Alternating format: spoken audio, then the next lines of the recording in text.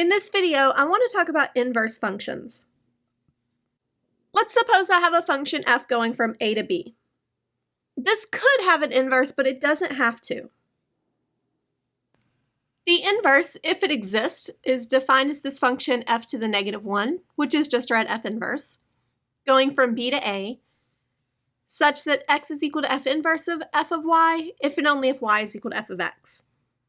Informally, if f carries x to y, then the inverse will carry y to x. It essentially just undoes the function. Here's a small diagram illustrating this. We have our sets a and b. F will map x to y, so f inverse will essentially undo this or go the other direction. It will map y onto x.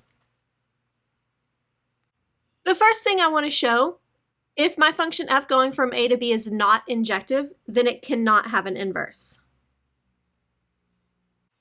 Since my function f is not injective, then there are elements x1 and x2 in a, such that they are distinct elements. x1 is not equal to x2, but f of x1 is equal to f of x2, and I'm going to denote that by y. So I have two different elements in a that map to the same output. That would mean that f inverse of y is equal to x1 and f inverse of y is equal to x2. So we have the same input mapping onto two different outputs, which is a contradiction of the definition of a function. This is not allowed for a function.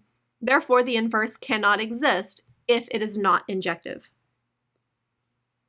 If f goes from a to b is not surjective, it cannot have an inverse. So we've already proven that it cannot have an inverse if it's not injective, and now we want to say that it also cannot have an inverse if it is not surjective. Since f is not surjective, that means there's an element y in b, which is not an image of an element of a. That means f inverse of y does not exist, since we don't have anything that maps onto it. And this is also not allowed for a function. We need it to exist for every possible element in the domain. So if we have a function that is not surjective, it does not have an inverse. These two properties just told us that if f inverse exists, then f must be bijective. So if the inverse exists, the function had to be bijective. And if f is a bijective function, then the inverse must exist. And this is because we define it by the rule y is equal to f of x, implies f inverse of y is equal to x. And this is always guaranteed to exist if we know the function is bijective. Let's suppose f goes from 0 to infinity to 0 to infinity, and f of x is defined as 1 over x. In this case, the inverse will also be 0 infinity to 0 infinity. But I want to figure out what the inverse function is. Well, let's think this through. F of 1/2 would go to 2. F of 1/3 goes to 3. If we look at whole numbers, f of 2 would be 1/2. F of 3 is 1/3. And so for the inverse, we want f inverse of 2 to be 1/2, f inverse of 3 to be 1/3, f inverse of 1/2 to be 2, f inverse of 1/3 to be 3. And we can see that function is already defined that way. Thinking through it in another way, this function flips our fraction, and we want to flip it back to where we started. So we just need to flip the fraction again and get 1 over x.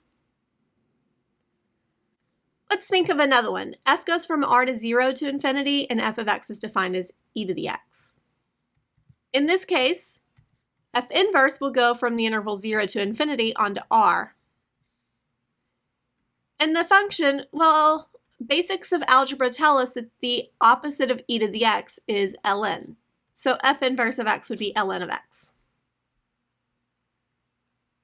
Let's try to find the inverse of this function. A is the set a, b, c, d, b is the set 1, 2, 3, 4, and f goes from a to b, defined by this matrix here. So f inverse will go from b to a. This means we need 1, 2, 3, 4 in the top row, and we need to figure out what they map to. And we're essentially going to reverse this. 1 had the input of b, so 1 maps to b. 2 had the input of c. 3 had the input of a. and 4 had the input of d. So this would be the inverse function.